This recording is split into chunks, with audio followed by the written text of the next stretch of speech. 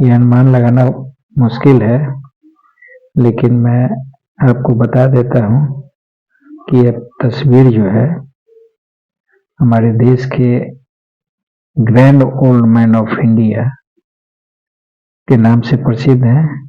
आप समझ गए होंगे कि grand old man of India किसको कहा जाता है, तो दादा भाई नौरोजी। ये चित्र, ये तस्वीर दादा भाई नौरोजी की है। आइए आज हम लोग दादा भाई नौरोजी की जीवनी के बारे में कुछ देखते हैं। दादा भाई नौरोजी, जिनको भारत का वयोवृद्ध पुरुष के नाम से जाना जाता है, इन्हें grand old man of India भी कहा जाता है और ये भारत के स्वतंत्रता संग्राम के अग्रणी नेताओं में इनकी गिनती की जाती है। ये विद्वान, समाज सुधारक और ब्रिटिश संसद में चुने जाने वाले पहले भारतीय थे। दादा भाई नौरोजी ब्रिटिश संसद में चुने जाने वाले पहले भारतीय हैं और भारतीय राष्ट्रीय कांग्रेस की स्थापना में भी इनकी महत्वपूर्ण भूमिका थी। और ये भारतीय राष्ट्रीय कांग्रेस जो है उसके 3 बार अध्यक्ष भी रह चुके हैं। इनका योगदान खासकर अंग्रेजी हुकूमत के समय इन्होंने एक किताब लिखा और उस किताब में इन्होंने धन निष्कासन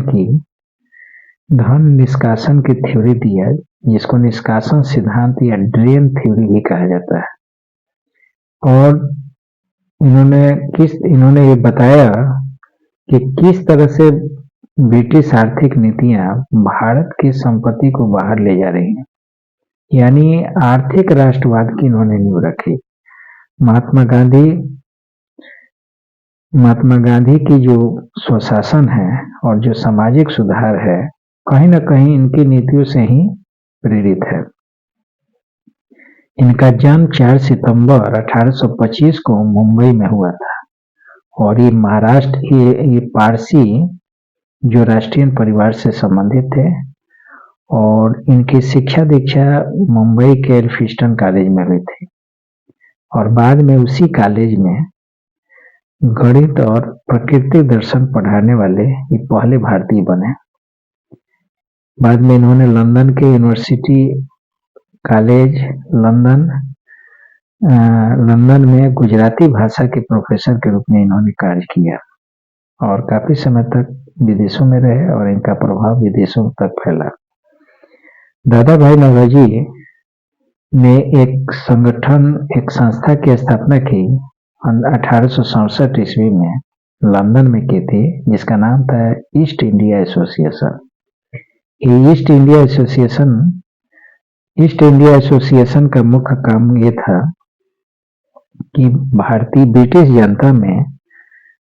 जनता में भारतीय दृष्टिकोण को रखना और भारतीय राष्ट्रीय कांग्रेस का इसे पूर्ववर्ती भी माना जा सकता है।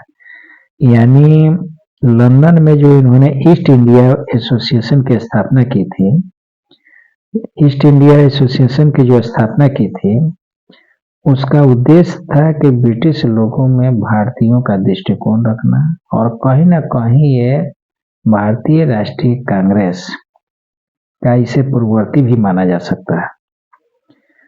इस तरह ये देखते हैं कि बड़ौदा के 1874 में ये बड़ौदा के दीवान भी रह चुके हैं और 1875 में मुंबई नगर पालिका निगम से भी निर्वाचित हो चुके हैं।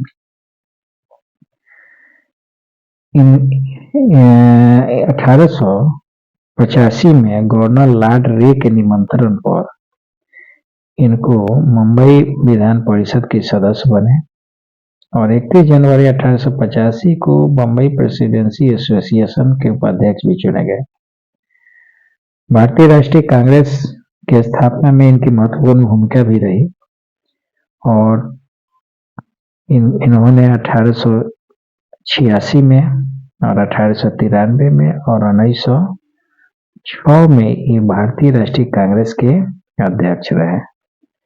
यानी दादा भाई नौरोजी कांग्रेस के रूप में 3 बार अध्यक्ष बने उस डेट है 1886, 1893 और 1906।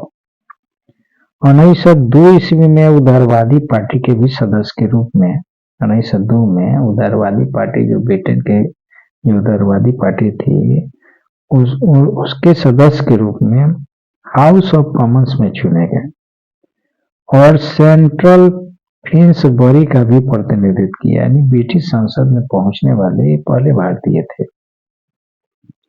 भारतीय राष्ट्रीय कांग्रेस के 3 बार अध्यक्ष रहे और कहाँ अध्यक्ष रहे, किस जगह के अध्यक्ष रहे, इसको भी देखना जरूरी है, क्योंकि 1886 में कलकत्ता में अधिवेशन में इन्होंने वहाँ की अध्यक्षता की, 1893 में लाहौर की अध्यक्षता की और 1906 में पुनः एक बार कलकत्ता अधिवेशन की इन्होंने अध्यक्षता की। यानी दादा भाई नौरोजी कलकत्ता में 2 बार अध्यक्ष रहे, एक 1886 में एक 1906 में और एक बार वे पाकिस्तान में स्थित लाहौर में 1893 3 बार भारतीय राष्ट्रीय कांग्रेस के अध्यक्ष रहे।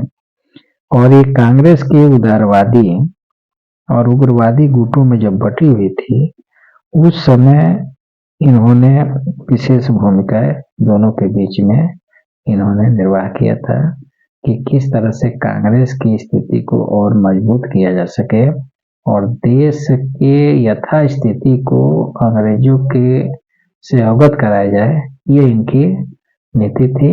इस तरह हम देखते हैं दादा भाई नौरोजी आज हमारे बीच नहीं है, लेकिन जिस तरह से उन्होंने भारतीय राष्ट्रीय कांग्रेस की स्थापना से लेकर उसके अध्यक्ष से लेकर और ब्रिटिश यानी ब्रिटेन में भी भारतीय लोगों के विचारों को रखने के लिए लंदन में ईस्ट इंडिया एसोसिएशन की स्थापना की।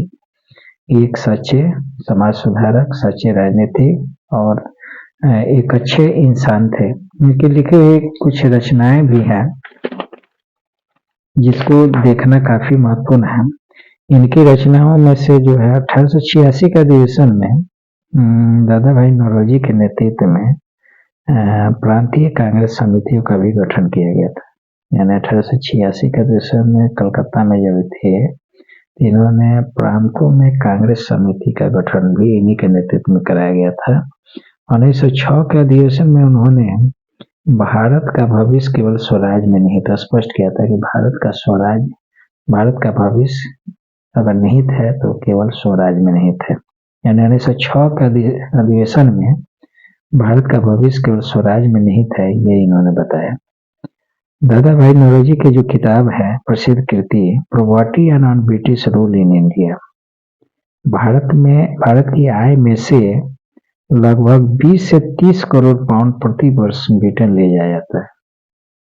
जो इन्होंने किताब लिखी थी property and un British rule in India, उसमें भारत से ब्रिटेन कितना पैसा बाहर ले जाया जाता था, यानी ब्रिटेन जाता था, उसका इन्होंने आंकड़ा दिया है 20 से 30 करोड़। और ये वो पैसा था जो पुनः कभी निवेश नहीं किया जाता था।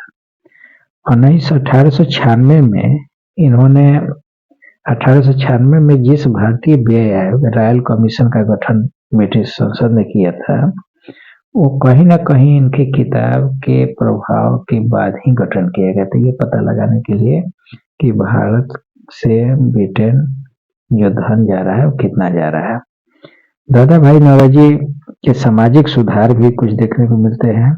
इनकी प्रमुख जोर जो था, इन्होंने स्त्री शिक्षा को ज्यादा सम्मान दिया, जोर दिया कि स्त्री शिक्षा के प्रारंभिक समर्थक बने, दोनों के लिए समान अधिकारों की वकालत की। इनकी एक पुस्तक I the duties of Zoroastrian, जिसमें इन्होंने विचारों, वाणी और कर्म को ईमानदारी से महत्व पर बल दिया। और इन्होंने 1 अगस्त 1851 में रहनुमाई मध्यासान सभा की स्थापना की, जिसका उद्देश्य था पारसी धर्म को मूल शुद्धता और सरलता की ओर लौटना था। यानी रहनुमाई मध्यासान सभा का स्थापना, जिसमें अपने धर्म के लोगों को शुद्धता और सरलता की ओर पुनः लौटना, जो पश्चिमी प्रभाव से कहीं न कहीं छीना नजर आ रहा था, उसमें कैसे उसकी शुद्धता को बरकरार रखा जाए, ये इन्होंने अपनी इस सभा के माध्यम से इन्होंने अपनी बातें रखी।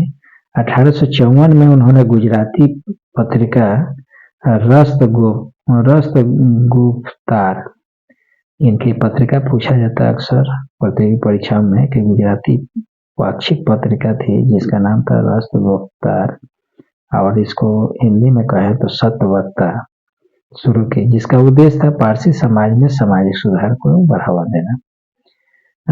Poverty and British rule in India, जो इनकी काफी चर्चित पुस्तक थी, उनकी आर्थिक नीतियों, अंग्रेजों की आर्थिक नीतियों की आलोचना करती है और भारत से संपत्ति के निष्कासन को उजागर करती है।